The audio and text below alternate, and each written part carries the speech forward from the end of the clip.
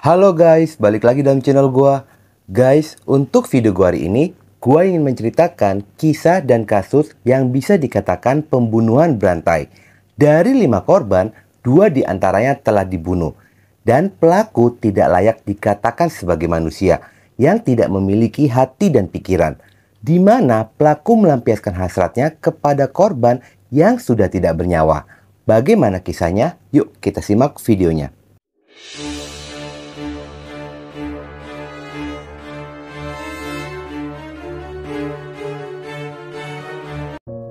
Kisah berawal dari perkenalannya pada bulan September 2020. Bermula dari korban pertama bernama Marcella Bahas, berusia 18 tahun, merupakan warga RT 09 RW 5 Kelurahan Oenesu, Kecamatan Kupang Barat, Kabupaten Kupang. Tiba-tiba saja ponselnya berdering, yang ternyata pada saat diangkat, telepon itu dari seorang pria bernama Justinus Taem alias Tinus. Pria berusia 41 tahun merupakan seorang supir truk antar provinsi yang telah memiliki 5 orang istri dan 7 orang anak. Di mana Tinus mendapatkan nomor telepon Marcella tidak sengaja karena dia mengacak nomor telepon. Entah bagaimana nomor itu terhubung dengan ponselnya Marcella. Berawal dari percakapan itu, diketahui mereka sudah melakukan pertemuan sebanyak 5 kali selama tahun 2020. Tercatat 2 kali bertemu pada bulan Oktober, 2 kali bertemu pada bulan November, dan 1 kali bertemu pada bulan Desember di tahun 2020. Selama mereka bertemu, lokasinya pun selalu sama, berada di depan gereja GMIT El Soda Tanoko. Sementara pada tahun 2021, 1 kali terjadi pertemuan pada bulan Januari 2021. Ternyata nomor ponsel milik pelaku Tinus sempat terblokir dan mereka pun berkomunikasi via Messenger pada tanggal 2 Februari 2021. Lalu mereka pun kembali bertukaran nomor ponsel dan berkomunikasi. Pada awalnya pertemuan itu pun tidak terjadi apa-apa dan hanya berbicara normal-normal saja. Dikarenakan dirasa sudah cukup dekat, mulai muncullah percakapan yang mengarah mengajaknya untuk berkencan pada tanggal 14 Februari 2021, di mana pelaku Tinus selalu menggodanya akan memberikan ponsel kepada Marcella dengan syarat mengizinkan untuk mencium dan memegang area terlarang. Dan mereka pun sepakat bertemu pada tanggal 15 Februari 2021. Saat pertemuan itu, di balik tingginya semak-semak, Marcella pun memenuhi permintaan dari Tinus. Tetapi semakin kesini, Tinus semakin ketagihan dan meminta lebih. Marcella pun menolaknya. Pada saat itu, Tinus hampir membunuhnya dikarenakan dia sudah mengeluarkan sajam dari balik bajunya. Tetapi Tinus mengurungkan niatnya dan Marcella pun masih selamat. Meski sudah hampir kehilangan nyawanya, Marcella masih berkomunikasi dengan Tinus. Dan Tinus pun terus merayunya dan meyakinkan kepada Marcella jika hal itu tidak akan pernah terjadi lagi.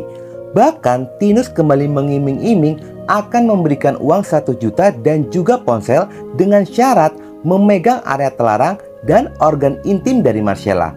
Memang Tinus ini buaya darat dan lihai merayu. Marcella pun akhirnya menyetujui untuk bertemu di sebuah kebun yang hanya berjarak 100 meter dari rumahnya. Pada tanggal 24 Februari 2021, jam 12.30 siang hari, Marcella masih terlihat memindahkan sapi milik orang tuanya, yang ternyata pada jam 13.00 Marcella menyempatkan diri untuk bertemu dengan Tinus. Saat pertemuan itu, Tinus mulai melakukan aksinya, yang ternyata hasratnya pun meninggi. Dia memaksa Marcella untuk berkencan. Karena masih suci, Marcella pun meringis kesakitan. Pelaku Tinus akhirnya menunda aksinya karena terdengar samar-samar ada suara pria. Khawatir ketahuan warga, Tinus pun akhirnya menggenggam leher Marcella, lalu mengambil sajam dan melayangkannya yang mengenai perut bagian kiri. Ternyata perbuatan itu pun membuat Marcella terus berontak. Dia mencabut sajam yang menempel di perut korban, lalu melayangkannya lagi yang mengenai leher dari korban, yang akhirnya membuat korban pun tidak bergerak lagi lalu meninggal dunia di sana. Mendapati korban sudah tidak bernyawa, Tinus pun bergegas meninggalkannya. Pada saat itu, waktu sudah memasuki jam 16.00 sore hari. Orang tua korban mulai cemas lantaran anaknya tidak kunjung pulang ke rumah. Keluarga bersama dengan warga berusaha untuk mencarinya. Tetapi usaha mereka pun tidak berbuah hasil. Pencarian itu terpaksa harus dihentikan lantaran turun hujan yang sangat deras.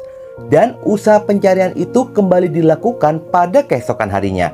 Akhirnya pada jam 09.30 pagi harinya, warga berhasil menemukan Marcella di balik semak-semak dan sudah tidak bernyawa. Meski sudah dilaporkan kepada pihak kepolisian, tetapi pada saat itu penyelidikan polisi pun menemukan jalan buntu dikarenakan kurangnya petunjuk. Waktu pun terus berlalu hingga memasuki 3 bulan dari kasus kejahatan yang menimpa Marcella Bahas.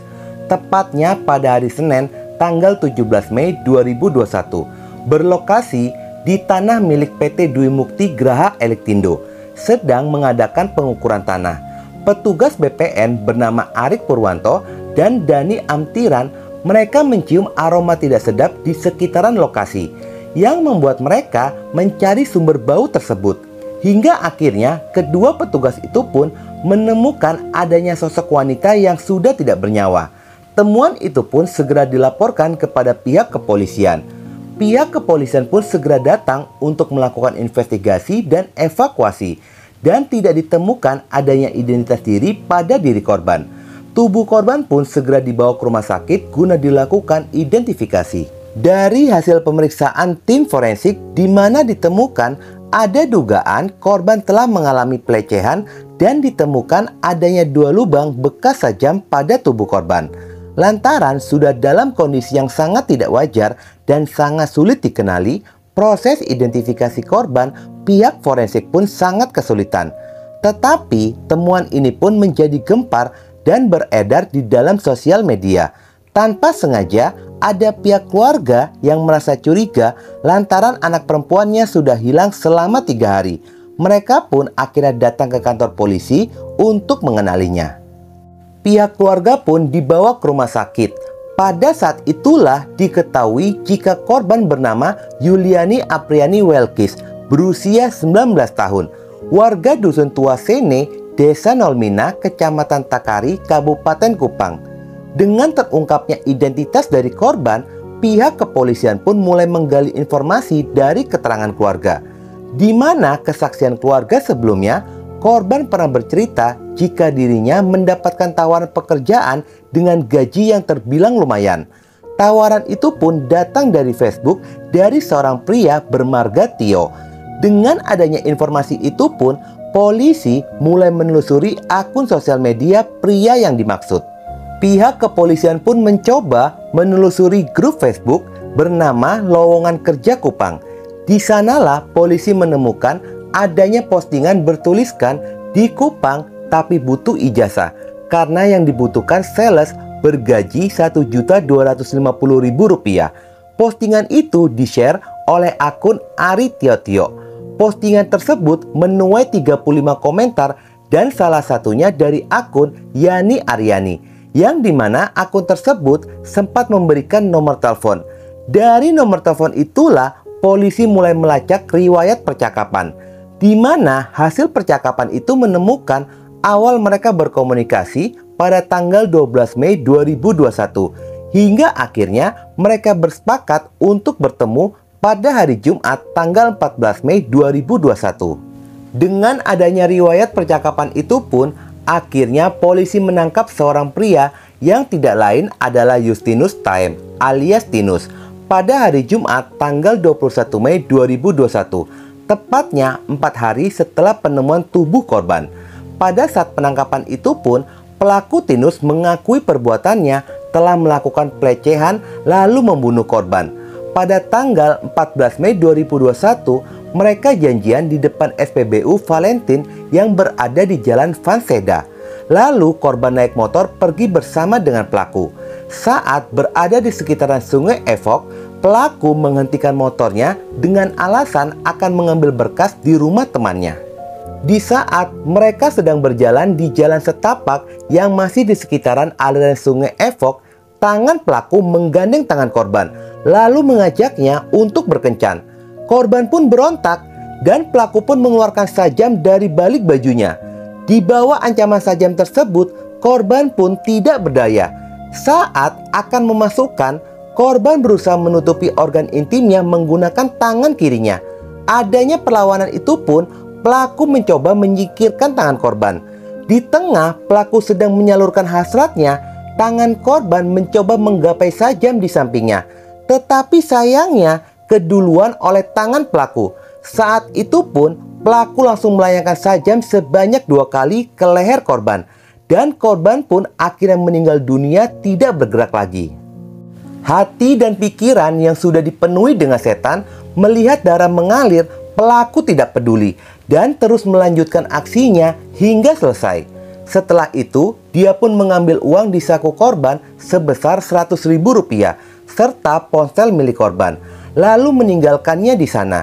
Sekitar jam 16.30, ponsel korban berdering, di mana ayah korban menelpon dan pelaku sempat mengangkat telepon tersebut. Dia mengaku sudah berada di kapal feri menuju Flores. Kasus ini pun mulai didalami oleh pihak kepolisian, di mana terungkaplah fakta jika Tinus merupakan pelaku pembunuhan dari Marcella Bahas. Tidak hanya itu saja, pelaku sudah 5 bulan melakukan aksinya. Total sudah ada 5 wanita dia melakukan pelecehan. Tetapi 3 wanita lainnya selamat lantaran tidak melawan saat akan diajak berkencan. Kasus ini pun dilimpahkan ke pengadilan. Proses pengadilan dijalankan di Pengadilan Negeri Oelamasi, di mana pelaku terjerat dengan pasal berlapis, yakni pasal pembunuhan berencana, pasal perlindungan anak, serta pasal pelecehan. Pada saat di pengadilan, dia pun menyesali perbuatannya. Bahkan beberapa kali sebelum vonis dijatuhkan, Tinus tampak menangis dan kejiwaannya pun tidak stabil. Pada hari Senin, tanggal 22 Januari 2022, pelaku Tinus divonis seumur hidup oleh hakim. Guys, bersyukur banget kasus ini bisa terungkap dan pelaku pun bisa tertangkap. Bayangkan dalam 5 bulan sudah ada 5 korban, 2 diantaranya dibunuh. Hal ini pun mengajarkan kita agar berhati-hati dalam menggunakan akun sosial media.